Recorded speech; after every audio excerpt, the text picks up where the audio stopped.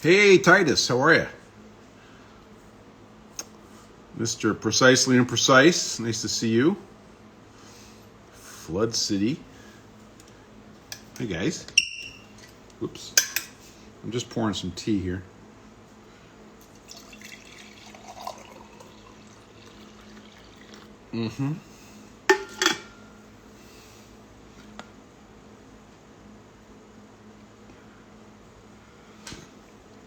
Mr. H. I'm not going to try to pronounce that. Welcome aboard.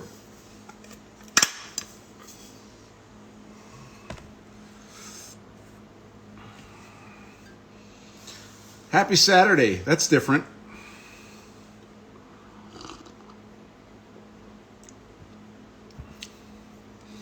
Happy Saturday morning, everyone. So, I'm sure we'll have a bunch more people showing up here. Hamid, welcome aboard. So, as you all know, usually we do this tomorrow, also known as Sunday. But I have to do a mission tomorrow, so I'm getting in the car, and I will not be available. So we're doing it today, and I'm happy that you're able to join.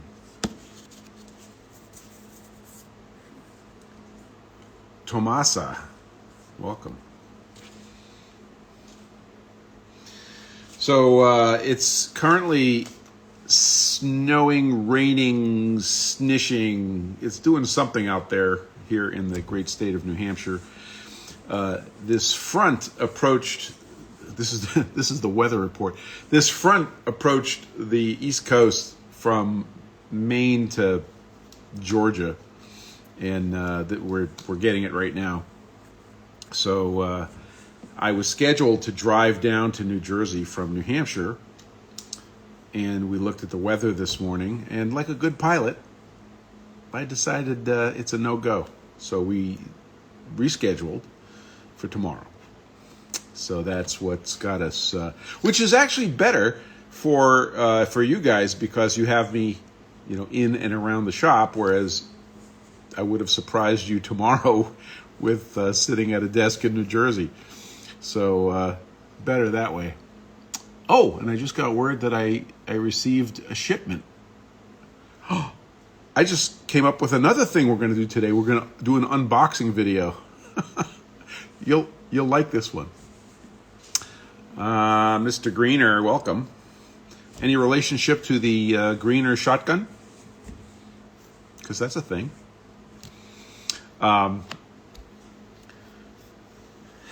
Now we can start. Chris is here, and Proteum Machining is here.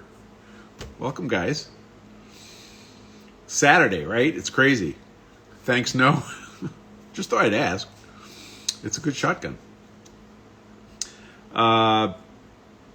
So yeah, we had a good week. We're getting crazy weather. I posted a funny this morning about the last piece of snow you no doubt have seen. And hey, Marky. And Dad's stamping business. That sounds pretty cool. Am I following you? I don't know if I'm following you. Yeah. Now I am. There you go. Roger James, welcome aboard, sir. Anyway, so I posted that funny picture of the last piece of snow because it's been raining, right? I look out about 15 minutes ago. Guess what it's doing? I'll give you a hint. It's not raining. Hey, my buddy Adam. Hey, Adam, how's it doing out west? Adam is west of me,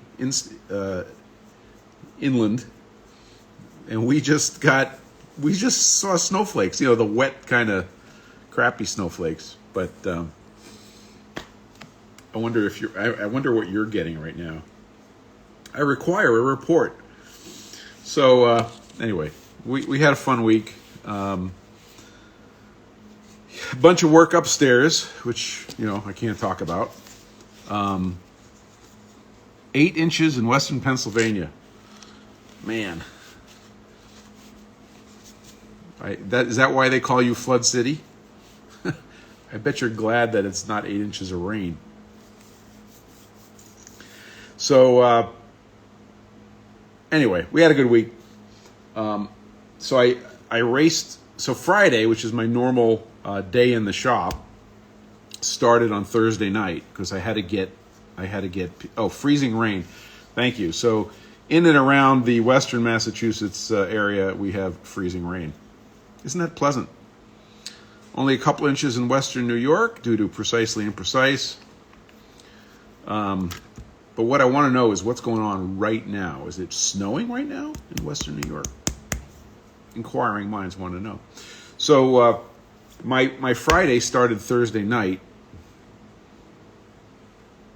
Oh, you have 3 inches in Hated in Texas, Mr. Greener. Thank you. Well, Fad Radcators here. Thank you. Welcome aboard. So, my Friday started Thursday night because I had at least one order for Stones tapering off in Philadelphia. Thank you.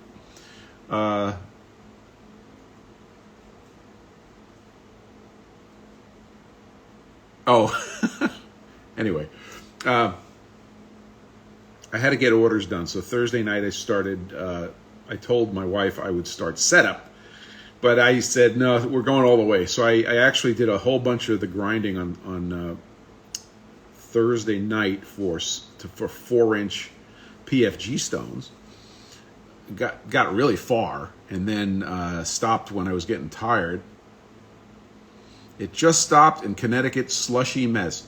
Thank you, Marky, because that's what I had to go through to get down to Jersey, and I punted. I'm happy to have punted. I'm going to guess that's Christian Cartwright. Welcome aboard. So, lots of stuff done Thursday night. I hit it pretty early on Friday. By the end of Friday, had a bunch of stuff done. And amongst the things we had done on Friday, that being yesterday, I got all my 4-inch stones done and packaged, and actually 2 of them are gone out the door this morning. But then I also got a lot of work done on the fixturing for bevels. So, and last night I was getting grief about bevels from 2 guys whose names that will remain anonymous, but they know who they are and they know what institute of technology they're at. So bevels are coming along great. So I wanted to talk a little bit about bevels today and show you guys. Hey, Nova Scotia, welcome aboard. That's a nice place. That's kind of, it's nearby. Welcome aboard. You getting any of this precipitation from this front, or is it not there yet, or is it not extending north enough? I don't know. But lest this become a weather channel, let's continue. So the question was, how do we fixture stones for the bevel process? And I'm going to share that with you.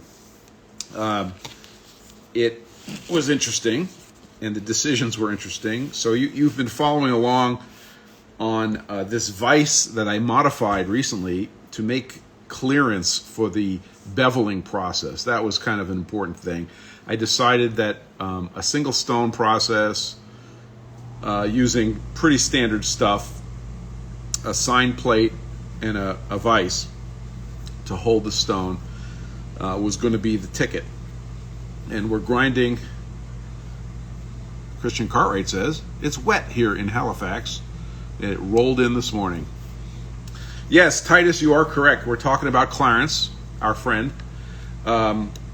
So our nominal angle for the bevels, and it's the only thing I'm going to offer when I put them up on the website, is a 40-degree bevel, 40-degree bevel. Now, Warren Jones, who is in more northern, I shouldn't say northern, because to us it's not northern, but it's more northern New Hampshire. He's up in Concord area. He was the recipient of a test stone a couple of months ago, which was a 40 degree and a 45 degree, and we quickly realized that the 40 degree is the way to go. So he has that stone, and he reported getting good use out of it. So it's a 40 degree bevel, and I'm going with a 50 thousandths lip. In other words, when the bevel doesn't go to a sharp, the bevel goes to a 50 thousandths land. That's a better way to say it. And I think that's going to work out okay. Hey, Rivers. So I had to do the programming on that. That was a little bit of a chore. That wasn't a chore. It was fun. But the idea is on the Okamoto, I have 3 ways of programming the Okamoto. Actually, 2 ways. I saw a question come in. Yep, we're gonna. So the short answer to Fad Radcater's question, will that work on dovetails? The answer is yes, it will. So if your dovetail is greater than 40 degrees, it's probably 45 degrees. It might even be more than that. We can get in there with this stone. It's a 40 degree angle.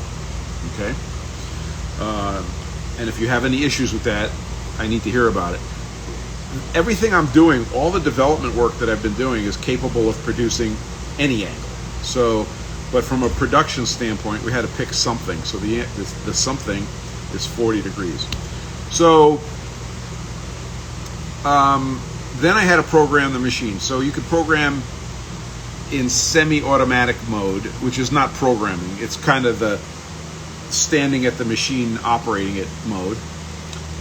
There's full automatic mode, which is kind of cool, where you define grinds, and it can execute one of those grinds, or it can do them in sequence. And I've been getting good use out of that feature.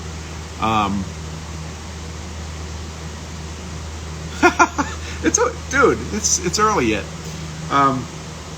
So I came up with a way to do it in semi-automatic mode, which means I did not have to go to G-code programming, which is the 3rd level of ascension on the staircase of automation here.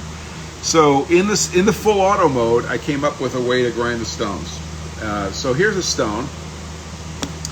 So what we're going to do is we're going to start with a plunge. We're going to come down on this corner. This is the one we're grinding away. We're going to come down and we plunge down on that corner until we've plunged the width of the wheel. So the reason that's really useful is that a plunge grind is fast. It grinds, it comes down, it grinds, it comes down, it grinds, it comes down. So we do that first, and that is the most efficient way to make the first step. And then we transition into our normal, it's called a traverse step. So we traverse and we step, we infeed, we traverse, and we infeed, and we traverse. So by doing those 2 steps, we get more efficiency. Now, it's not optimal efficiency, because I think we could get more efficient, but it's sort of a balance between time efficiency and process efficiency. So this has a healthy heaping dose of process efficiency. Is like, let's get this, if we're not making them and selling product, we're not being very efficient, are we? So that's where we're at. And what happens is you walk up to the computer, you measure the stone. Remember, this stone has been ground on this face and this face. Okay. Welcome aboard, Samela. Samela Thabo, and the entity known as Robles Engineering. Welcome aboard. So in my process, I've done a face grind here and a face grind here.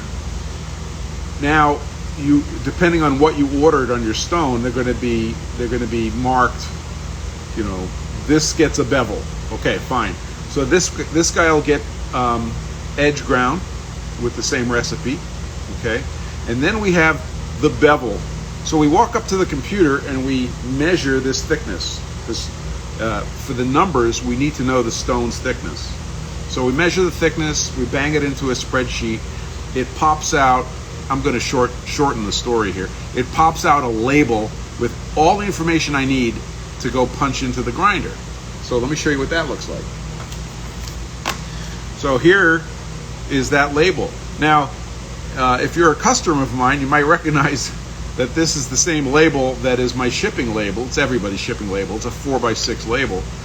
But we print out the information we need, and that format matches exactly the screen on the grinder. So again, this piece of paper is married to that stone. Okay, so maybe it's sitting on the tray. Maybe if I want, I could wrap the stone and do that with the label. But basically, I get this guy set up in the fixture, which I'll show you in a minute, and then I have my numbers. So there's a bunch of calculations that get done on the spreadsheet, and it pops out the numbers, and then the numbers go into a format that is exactly what I see on the screen to reduce errors. So I don't put a number in the wrong place, or I don't get confused, and that's what this does for me. So I do have a transcription process. I do have to punch in these numbers, and then I can look at the screen and look at my piece of paper, and I could double check it, and they're in the same shape and the same boxes and everything. And then once the stone is in the fixture and then the correct numbers are in the machine, we hit the green button and we go. So that is super cool. That's all working. The very next step, which I thought I was going to have to, which I have to push off. I don't think I can get it done today. For when I come back from my trip, is to run my process. So this is the test flight. Run my process on the 4-inch stones. Run my process on a 6-inch stone, and I think we're going to be good to go. Now, this is a very important feature of the bevels I'm going to be putting on the stones. The bevels are going to have the exact same grind recipe as all of my PFG surfaces. So you can go in and use this surface with the advantage of your bevel. Okay, so if you're working on dovetails, you can go in and you can do that. Or you could actually use the other side of the bevel, the one that's going to be, two-tone. It's going to have the exact same grind recipe as my major faces. So there isn't going to be one of the things that I think I've heard in the past, maybe it was with Stefan's work. Oh, here's Warren. Was that it was just that cut was just for clearance. In this case, the cut is not just for clearance. It is a PFG surface. Now, Warren. Hey, Warren, welcome. First of all, welcome aboard. Good morning. Second of all, what do you got for weather right now? And third of all, do you have the bevel stone handy for show and tell? I could maybe bring you in on video, because I don't have one handy. And if you do, I'll bring you in on video. Okay. So the reason that's cool is that, again, how many PFG surfaces are there on the stone? 1, 2, 3, and 4, and still 4. And they're all going to be PFG, and they're all going to be usable, and I think that's really important. And one of the reasons it's really important is that it's hard to, when you pick up the stone to use it, if you use the wrong side, you're not going to scratch everything up. There is no wrong side. The only sides that haven't been PFG ground are the ends. And if anybody really, really needs their stones PFG ground on the ends, thank you, Warren, then you let me know and we'll put a price on that. We can do that. So that's the story on bevels. And while Warren's going to go grab the bevel stone prototype that he's been using, I'm going to show you the fixture, because it's sitting right here, and it was correctly identified this morning. We have a question.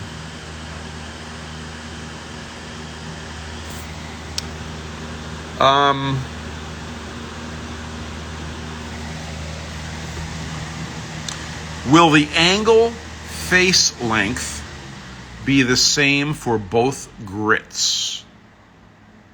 Yes, be identical. So mechanically identical. So how long does it take to grind a stone? Over an hour. It depends on the size, but it takes a lot longer than you think to grind a stone, which is why I now have a CNC machine, because I don't have to hurt my knees. Okay, so I think I answered your question. So let me show you the fixture here. So there it is. Listen, people, you have to make your own fun. I'd like to introduce you to Clarance.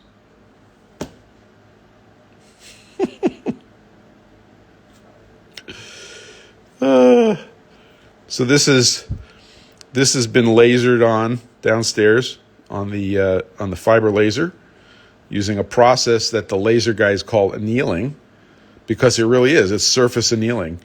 And I could just barely feel, thank you for your approval, I could just barely feel it on the surface. So it's really kind of cool. It takes a while. That took 10 minutes to put in there. And you can see this little surface action going there. It's pretty cool. It's pretty neat. So thank you. What is, we don't know what Clarence's clearance is yet, but there you go. So the reason we have Clarance is because we cut this corner off, all right, so that when we put a stone in, I'm going to try to do this one-handed. So when we put a stone in here, now remember the face that we're clamping on is already PFG ground, so it's parallel to the other side. And we're not wonking on the clamp, but frankly we could. It's actually going to be on it with a spacer. It's going to be sticking out, and you see the surface of the top surface of the vise that we cut. So the wheel will not hit the vise no matter what happens. I said that very loudly, didn't I?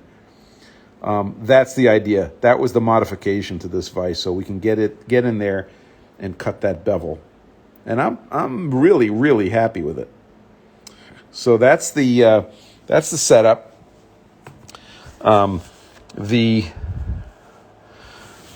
sign plate is a standard sign plate that I've, of course, I've kissed. So this I've ground the surfaces and checked all the angles, and this is set to 50 degrees so that you end up with a 40-degree bevel, the complement of 50 degrees. So 90 minus 50 is 40, and that's what we get on the stone. And that's the setup. The only thing I don't have so far is I have not done my time study on a 4-inch stone and on a 6-inch stone. Once I have my time study done, I can put a price on it. I kind of know where the prices should land, but I'm not going to put that on the website until we run a time study and make sure I'm not being an idiot, because you can make a little money on each one, and that's fine. But if you lose a little money on each one, that's not fine at all. All right, so there you go. I'm going to put you back in the rack here. Plug you back in.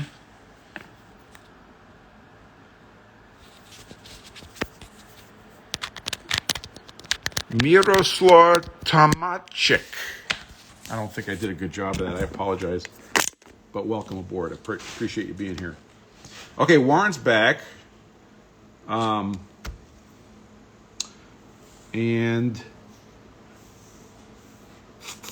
was I being a knucklehead?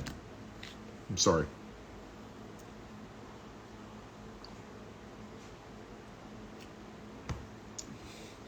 So Warren, when you're ready, hit the little button that says request to be part of the madness. And Warren will show you what the results of this look like.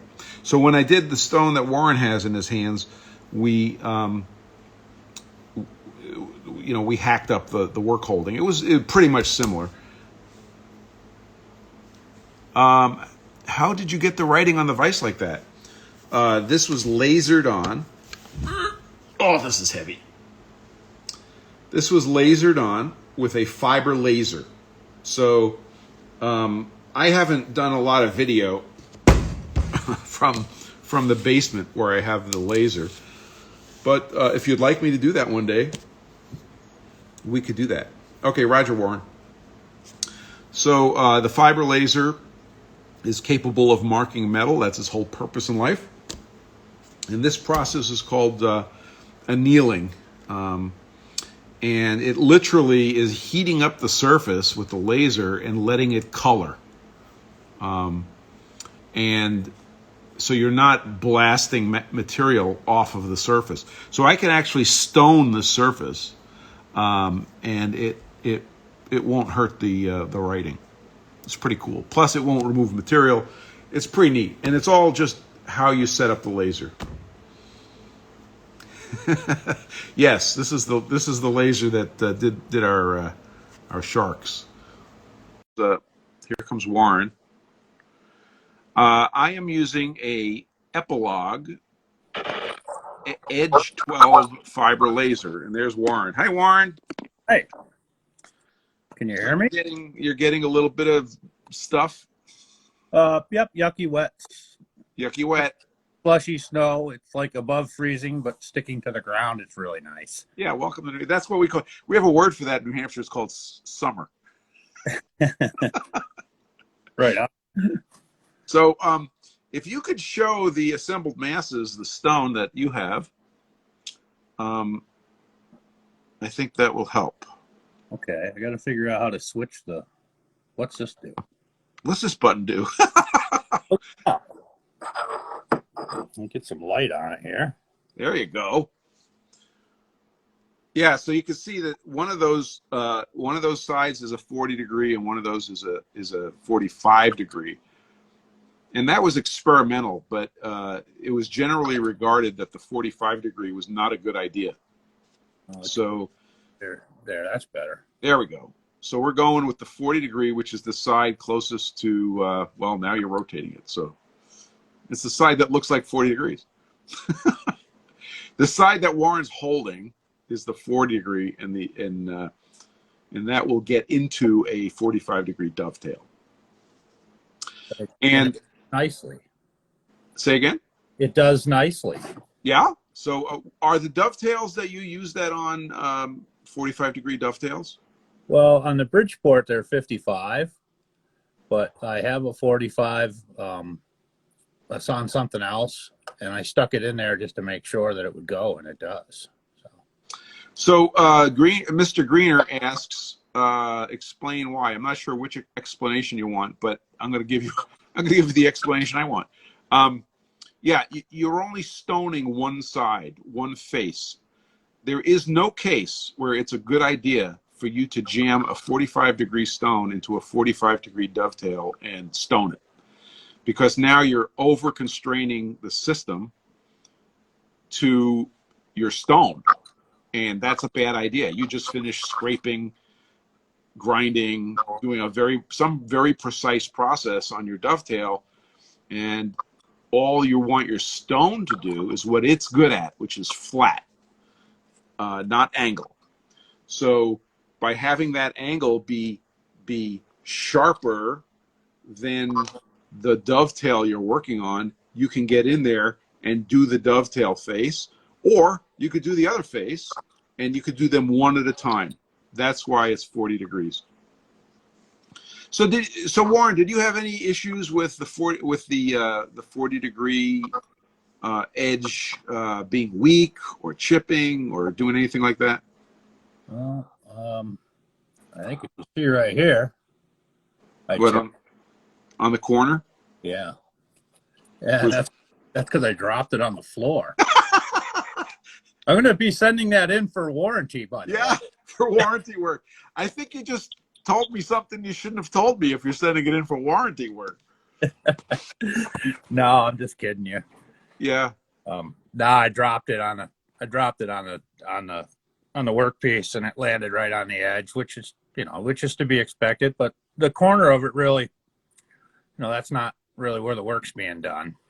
The other thing about a stone, and especially because you're gonna still condition the stone against another stone, you can't raise a burr on a stone, right? So if you drop it and you chip it, you brush it off and condition it again on the other stone, the side you're going to be using, and you go back to work, because it's not like metal where you're going to raise a burr. So that's okay. Well, thank you for sharing that with us, sir. Okay.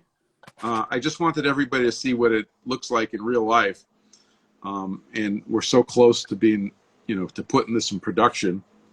And I'm getting so much grief about not having it in production yet. I've got one and you don't. Actually, you have the only one. Oh, wow. I'm special for what? Another week or so? Roughly. A week to 10 days, you have the only one. Oh, beautiful. Yeah, so we'll get back to doing it. B. Coons Welding says, "Can I ask Warren a question?" Yes, you may ask our super special guest Warren a question. Go ahead. If this has something to do with some poker game. I like double. You get fine and coarse grits. So I agree with you and I disagree with you, but you're the customer, so if that's what you want, that's what you get. Just remember, in PFG stones, it's not the grit that matters. It's the size of the holes. So on the brown side, the coarse side, you get big holes, and on the fine side, you get little holes. So, I mix and match it, but quite frankly, 90% of the time I use the coarse side. B. Coons Welding says, "Do you work for a company or have you always been self-employed?" I think that question is for you, Warren. Well, after I got out of the Air Force, I worked for the local cat dealer for 3 years, and that's enough of this. And I've worked for myself for 25, 26 years now. There you go. That's interesting because I've worked for myself for almost the same amount of time. And to answer your question, for me, it's sort of the same. I worked for somebody else. And then I went to work for myself, and then one of my clients hired me back into a job for 6 years, 6.5 years, and then I went back to working for myself, and I've been doing that since 2000, so 21 years. Crazy. Any other questions? Oh, we got a check mark from Fed Radcater. I guess that's good. So to elaborate on that, Tom, I've worked for myself just long enough to where I don't think I could work for anybody else again. Mm-hmm. Yeah, I almost did that, except they made me an offer I can't refuse. And when you're trying to eat, when you're trying to eat and you don't really know how to work for yourself, and somebody says, "Well, come work for us for 6 years," it sounds pretty good. But yeah, Flood City Tooling asks, "Any advice to go from a side business to full time?" This is turning into a self-employment counseling session. You got anything, Warren? I don't know. I guess every situation is different. I just decided that that's what I wanted to do. Because it wasn't what I wanted to do wasn't going to happen at the cat dealer. That's for sure. I think that's a good point. Is it's got to be something you really want to do. You have some passion for. If it's just, I suppose you could survive on the passion of being self-employed, but for example, for me, it was I was doing analog design work in electronics, and I really wanted to work on antennas. And I still really want to work on antennas, and I'm still doing it. So it's got to be something that you really want to do. I think the second thing is to get yourself a mentor, you know, somebody who's self-employed that you can talk to and ask questions. Is that where I went wrong? Well, hey, trial and error works too. B. Coons Welding asks. I was living in Florida when I got out of the Air Force, and I said, I really don't want to live here because I'm from Western Massachusetts. And so I took a job with Cat to get back into New England where I actually belong. And it didn't take me long to realize, and I took the job really to, I just didn't want to throw a welding machine in the back of a truck and drive around and starve to death, you know, moving 1,500 miles to somewhere new. Yep. So I took that job and kind of fell into this line boring business that I'm in because I realized that they weren't doing it right there, and took a chance on it and went, and well, here I am still at it. So that's awesome. So the Mr. Greener, or entity known as Greener, I got your question. We will not miss your question. But you just brought up something interesting, Warren, which is you identified a niche that was in need, right? And yeah. You narrowed to that niche. And that's something that I think in the antenna business and in the PFG Stones business is something I did. It might be the most important thing we've said so far is you identify the niche, the need that is narrow, and you go for it, and you be a specialist. And I think that's good advice. Would you agree with that? Yeah, and it's something that you constantly have to keep fine tuning. Now there's a whole bunch of weld shops and stuff that see themselves as line borers, and you know that's fine. Some of them are good, some of them are not. But then, so you got to kind of narrow the focus down on, well, if they're doing little stuff or a certain amount of stuff, well, maybe there's some other industrial type stuff or larger stuff or something that they don't have tooling that I can go for. Hence, I do a lot of crusher work, and a lot of them won't touch that stuff because it's pretty tricky going. And there was a big learning curve. I screwed up a few and had to redo them, but you know, like all of us. Yeah. But yeah, you have to get that niche and narrow it down, and keep redefining it. You can't sit back and rest on your laurels. You always have to be looking for that new thing. There's always somebody that wants to knock you off your pedestal. Yeah. Well, that's pretty cool. I didn't realize that about how you narrowed it to line boring. That's pretty neat. Let's see, we got another question in here that I think is directed at me. The entity known as Greener says, talk about the economics of the Okamoto. Well, eventually the pain goes away. Well, I tell you what, I can step out at this now. I guess. Okay. I can be a spectator again. Okay. Hey, thanks for showing up with the only beveled PFG stone. Oh, cool. And my pleasure. All right. Yeah. Catch you later. How the heck do I get out of here? Yeah, you'll figure it out. I don't know if I can kick you. No, throw me out. I don't know if I can. Hang on. Oh, well, maybe I'll just do this. Leave. Aha, I can leave. Ah. All right. I hope Warren is not left. Talk about the economics of the Okamoto. So the Okamoto is an ACC 818 NC. That's the model number. ACC Alpha Charlie Charlie 818 November Charlie. It is a CNC 8x18. They call it a form grinder because it had. Oh, and by the way, hi John. I did see your message. Thanks for stopping by, buddy. Its sort of specialty is being able to form its own wheels. So you know how you got on a surface grinder, if you want to radius the corners of the wheel, you use a radius dresser. Oh, you just reminded me of something. Thank you.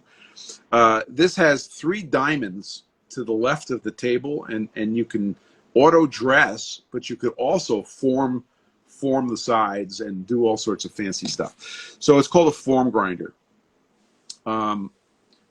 And that's the machine. So the setup you see behind me is about, I can't remember the exact number. I think $55,000.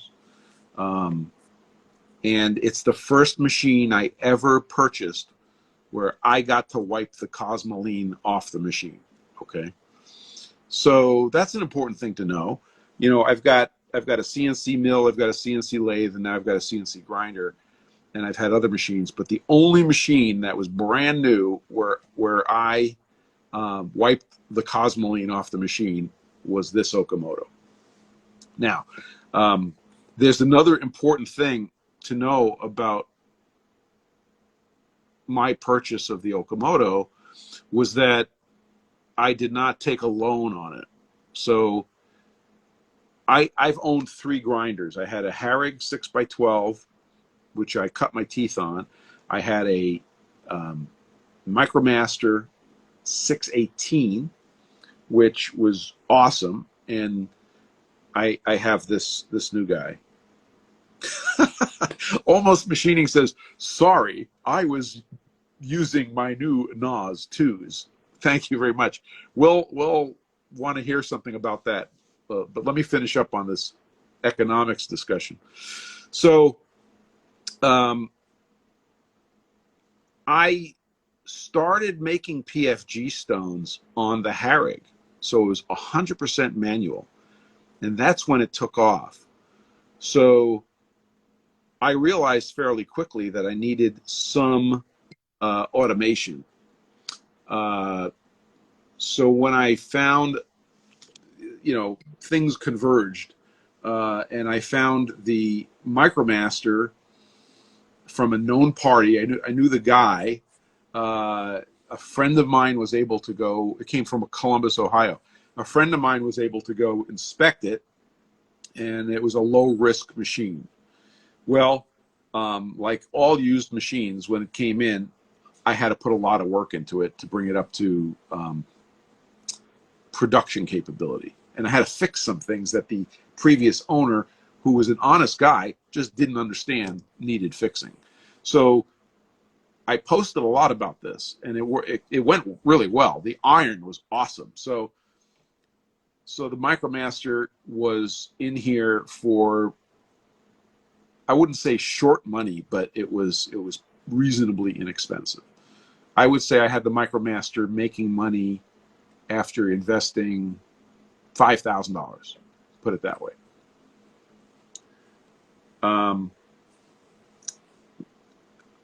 Greener says, I sharpen punches on a Brown & Sharp dry grinder.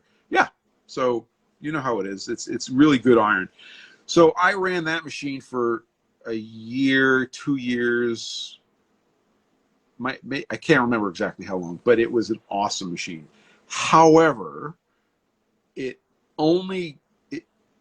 did not have proper control in the what we call the Z-axis in the crossfeed, and it was all hydraulics. And I tried hunting that problem down, and I never found how to fix it.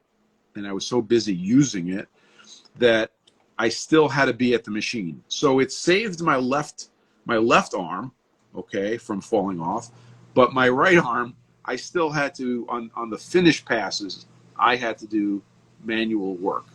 So that went for a while, and the PFG Stones were making money, and of course I was basically banking that money. And then at some point it became an economic, it became a complete no-brainer to get a CNC grinder. So I went down that path, and I looked at a couple of options. And one of the things that happened sort of simultaneously is myself, Adam Demuth, and John Grimsmo were all looking for new grinders. So it fostered some conversation. And I kind of liked the Okamoto. And it had a great reputation for a long time. And I talked to I talked to Richard King, who I took training with in scraping. He knew some things about Okamoto. I talked to, well, when I was visiting John Saunders, he had, now it's a million years ago, right? He had this big Okamoto, big. It was 24 by 30 that he got for a good price, and he played with it. He made some videos with it. I got to just see Okamoto-ness, right?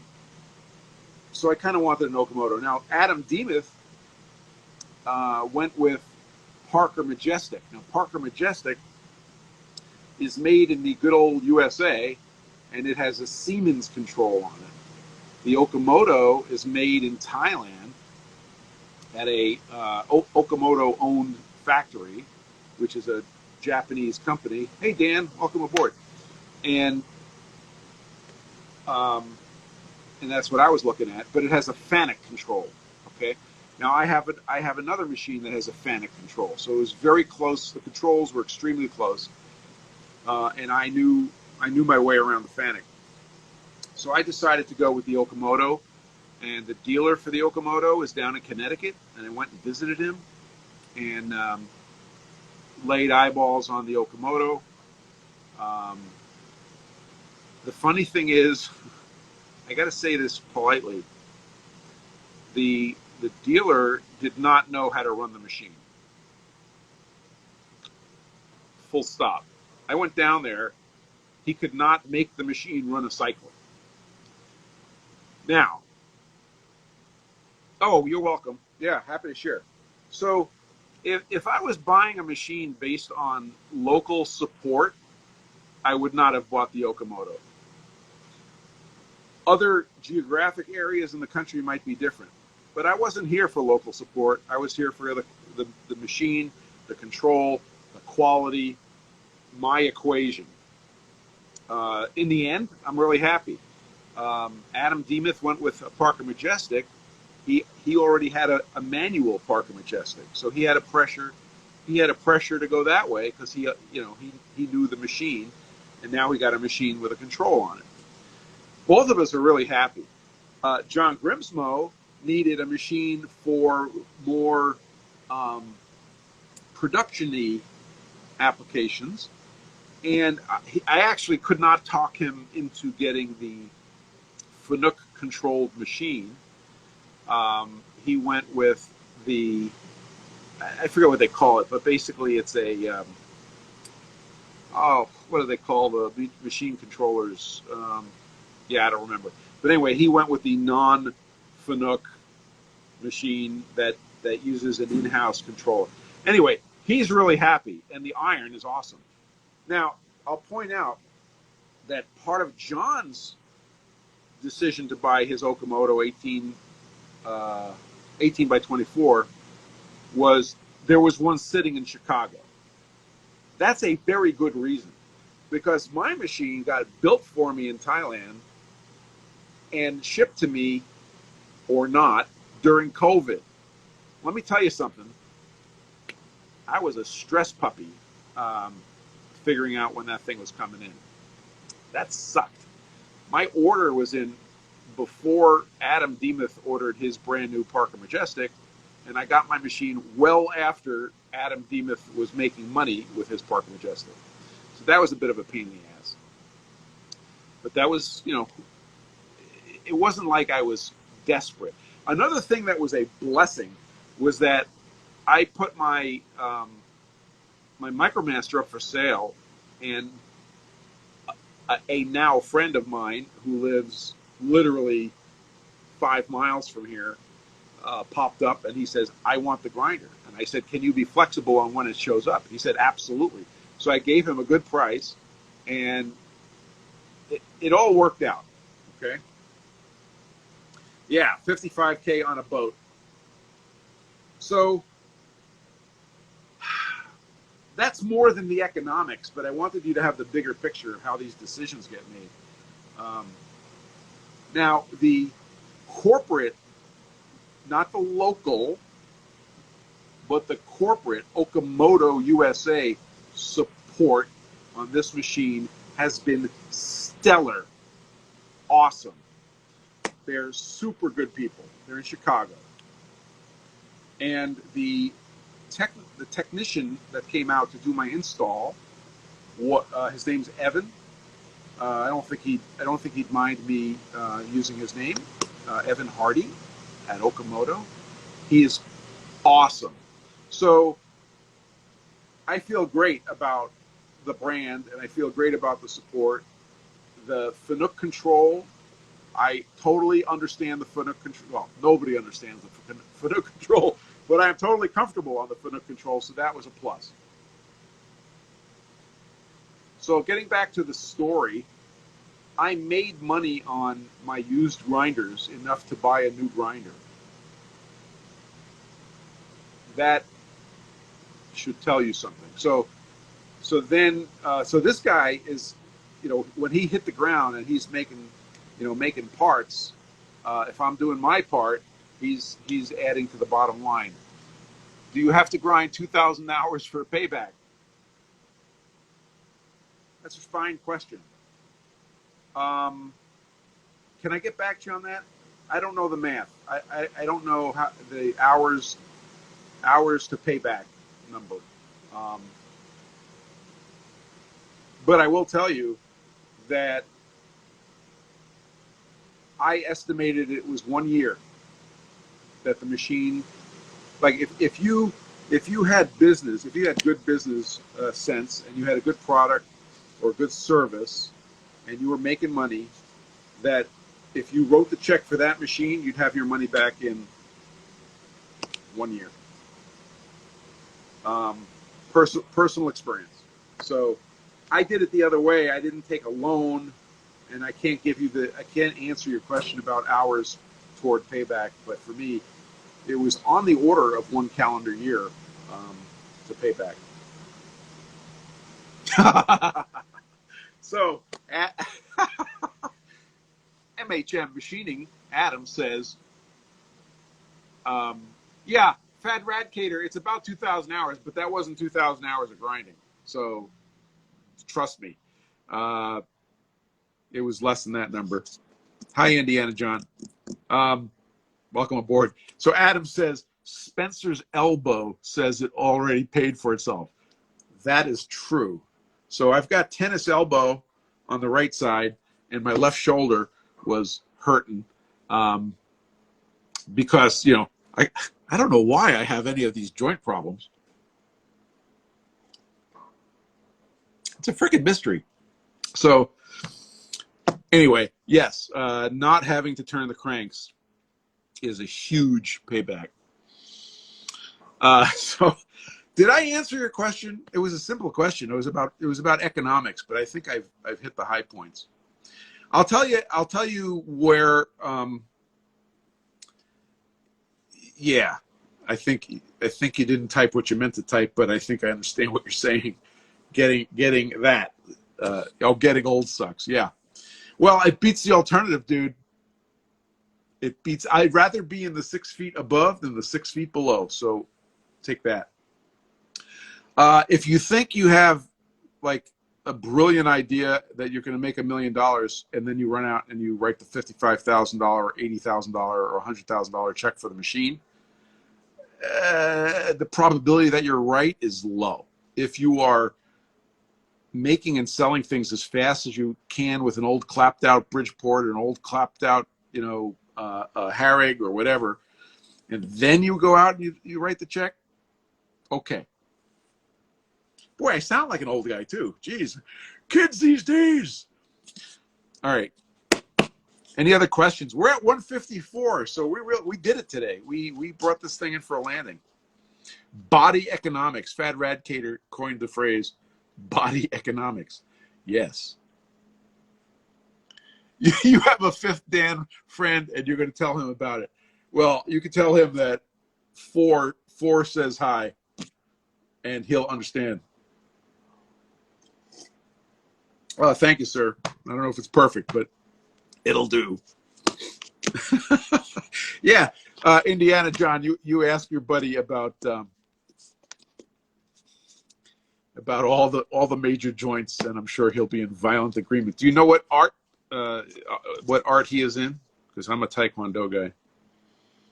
Thanks for Warren. Thanks for the advice, Gramps. Wow. I'm going to let you get away with that. Have you always done machining, or did you get into it later in life? I'm giving you homework, B. Coons Welding.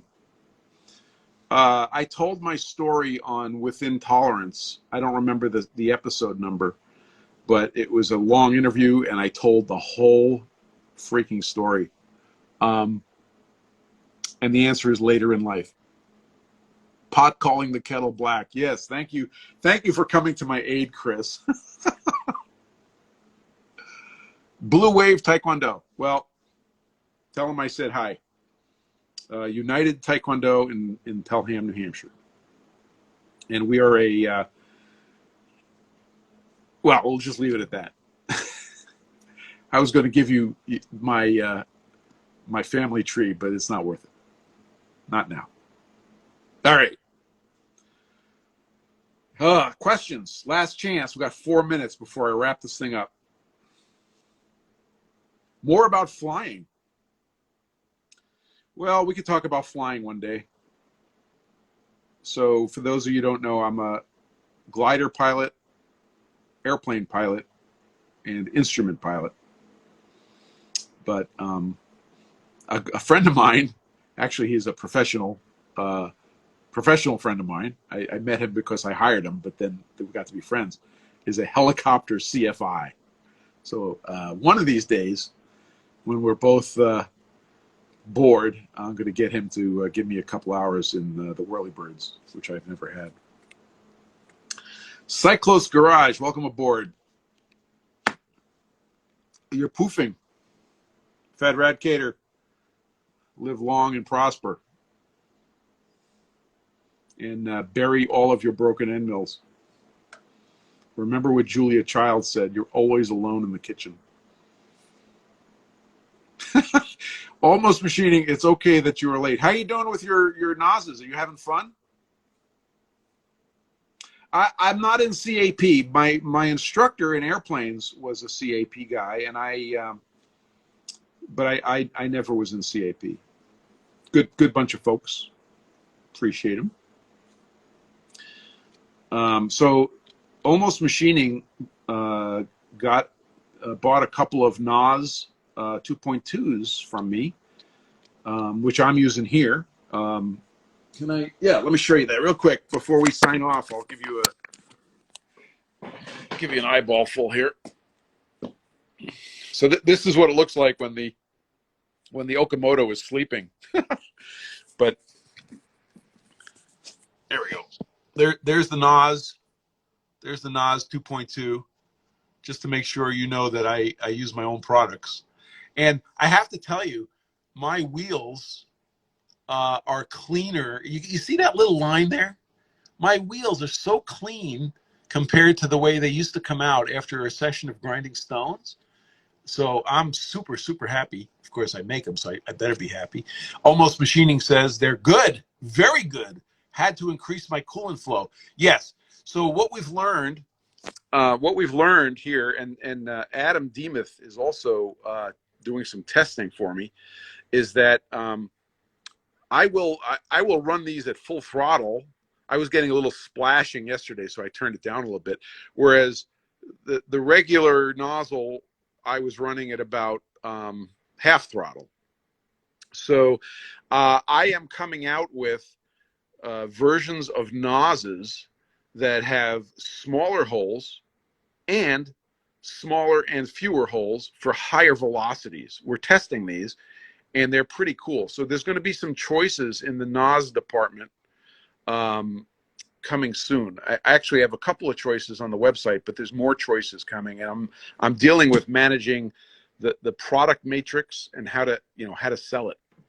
A couple of questions popped in. Where did the PFG IG idea come from? I always thought they were flat out of the box. Oh my God, they are not flat out of the box. If you think 5 to 10 thousandths of flatness, that wasn't tenths, that was thousandths. 5 to 10 thousandths of flatness is good enough for your application, you don't need a PFG stone. PFG stones are flat to 50 millionths. And yeah, I got to do a video measuring that. The part is the problem. It's warped and you're having trouble getting it out. I feel your pain. In the CAP for a couple of years. Then, oh, that's a lot of fun. Yeah, we got to talk flying one day. Okay, and Robin Renzetti's video on precision ground flat stones is where the original idea came from. I think that was posted in 2017. 2017, I think. And that hooked me a hook, line, and sinker. And within a year of that video, I was making them and selling them.